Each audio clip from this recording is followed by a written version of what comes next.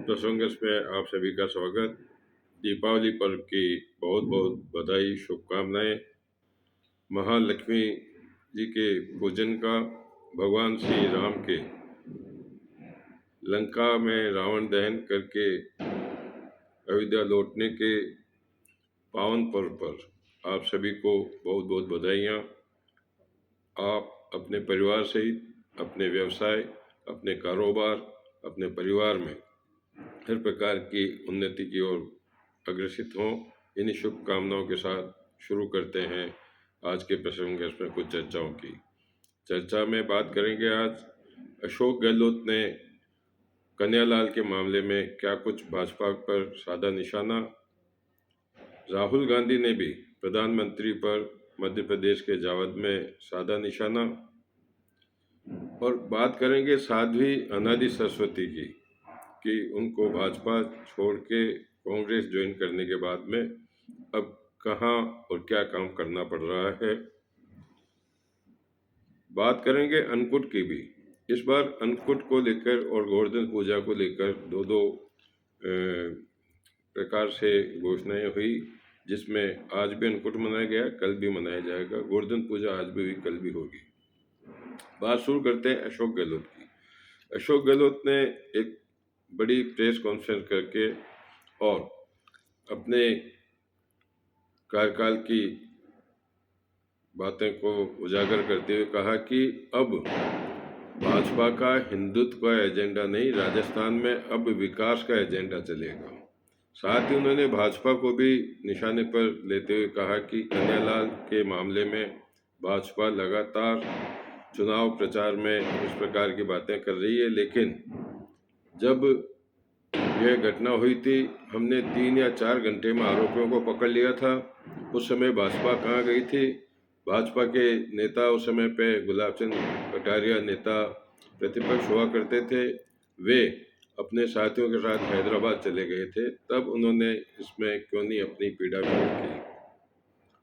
उन्होंने कई तरह की खुल करके भाजपा के संबंध में बातें कही।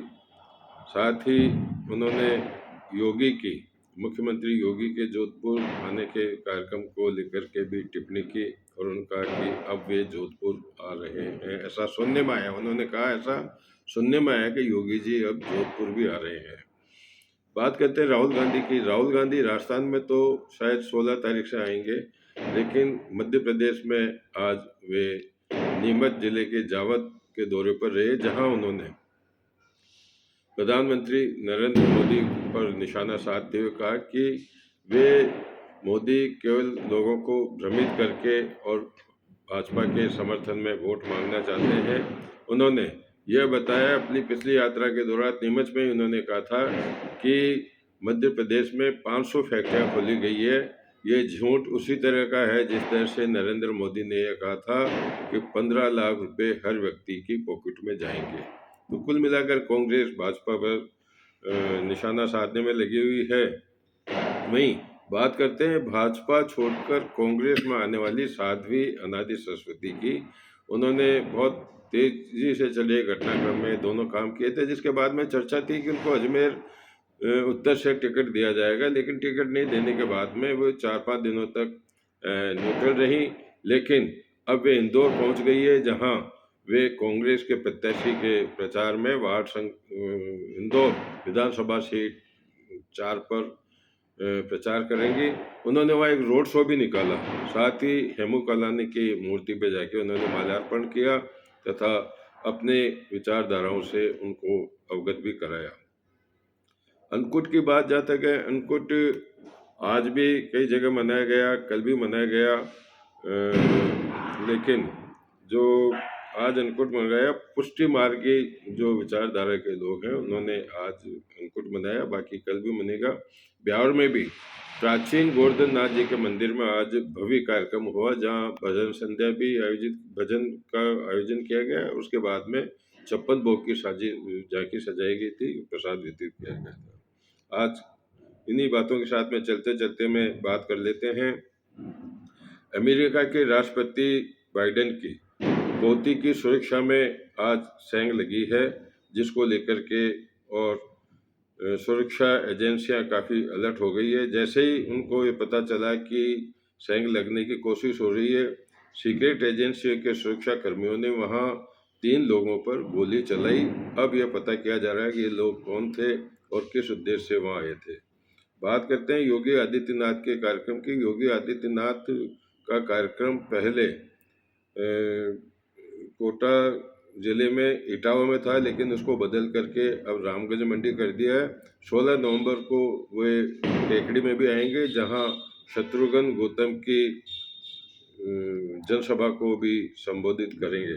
साथ ही बात करते हैं दीपावली के पर्व पर एसएमएस अस्पताल जयपुर में, जो राजस्थान का सबसे बड़ा अस्पताल है, वहां लगभग 400 इंजरी की घटना आई, जिसमें से 50 से अधिक लोग ऐसे थे जो फटाके से झुलस गए थे। वीडियो दिखाएंगे आपको राहुल गांधी का, अशोक गहलोत का, अनादि सरस्वती का और गोवर्धन नाथ जी के मंदिर में 56 भोग की झांकी का। नमस्कार, कल फिर मिलेंगे अन्य किसी चर्चाओं के साथ में।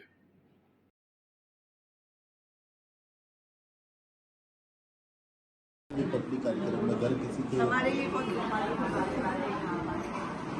मुझे प्रसन्नता है उसी भाइयों के परिवार में।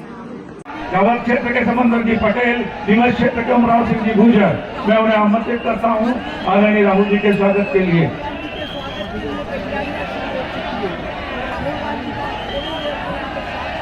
मैं नीमच जिले की लाल माटी से आदरणीय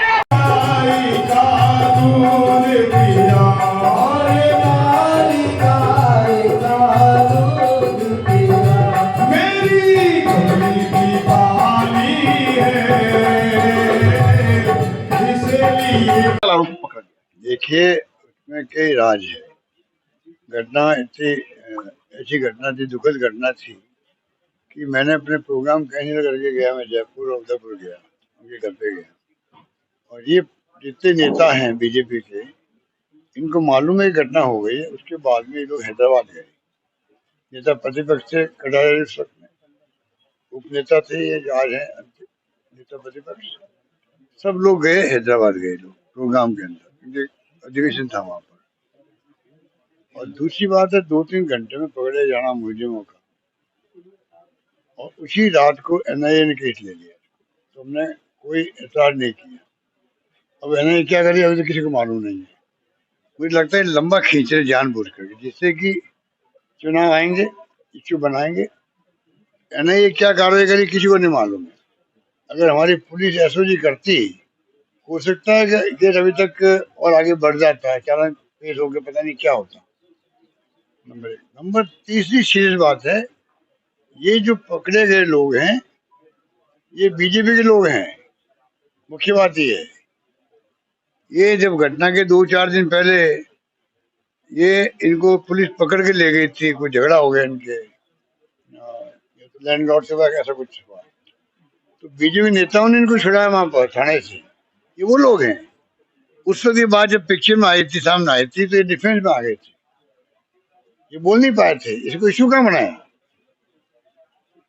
और इतनी ऐसी दुखद घटना थी, हमने जाके परिवार से मिले, चीफ सेक्रेटरी, डीजी पुलिस मिले, उनको एक प्रकार से सांत्वना दी और उनको महसूस करवाया भाई सगा और क्या कर सकती है। बाकी पैकेज दिया वो तो छोड़िए, वो तो अलग बात है। मुख्य बात है कि अब ये जो चुनाव हार रहे हैं, इनको हार सामने दिख रही है।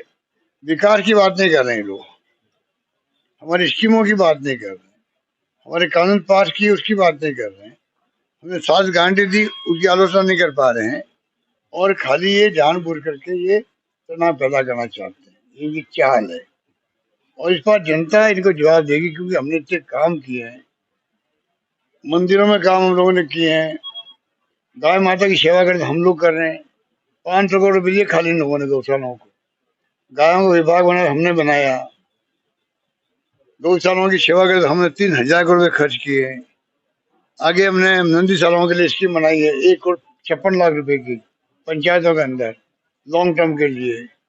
गोधन योजना हम लेके आ रहे हैं, जिससे कि गाय जो है गली में नहीं फिरे। तो इनके बारे कहने कुछ है ही नहीं। जैसे इन्होंने बजरंग बली की बात की थी कर्नाटक में, और मूंगी खानी पड़ी मोदी जी को, वो बात तो यहाँ रहेगी। इसलिए बौखलाहट में बोल रहे हैं। माहौल खराब हो सकता है चुनाव, विधानसभा चुनाव कुछ धंधे है इस प्रकार का कि ये जो बयान जिस तरह के दे रहे ये तो पहले मोदी जी फिर अमित शाह जी का नागौर में बोलना, अब योगी जी महाराज पधारे हैं जोधपुर के अंदर, सुना मैंने आज। तो आप सोच सकते हो कि अगर ये इस प्रकार के लोग भेज रहे हैं जिनका क्या एजेंडा सबको मालूम है, और इस बार इनका हिंदुत्व का एजेंडा चलने वाला नहीं है। इस बार हमारा विकास का एजेंडा चलेगा। आम लोग और आम जनता राजस्थान की ये तय कर चुकी है कि जो गवर्नेंस का मॉडल हमने दिया है, राजस्थान अपना एक मॉडल बन गया देश के लिए। आज राजस्थान की चर्चा, हमारी स्कीमों की चर्चा पूरे मुल्क में हो रही है। केंद्र सरकार दबाव में है, बार बार उनको 2 बार पैसा कम करना पड़ा एलपीजी कनेक्शन के लिए। ये हमारे दबाव का परिणाम है। इनके पास कहने को कुछ है ही नहीं, हमारे पास कहने को बहुत कुछ है। Good luck all the best.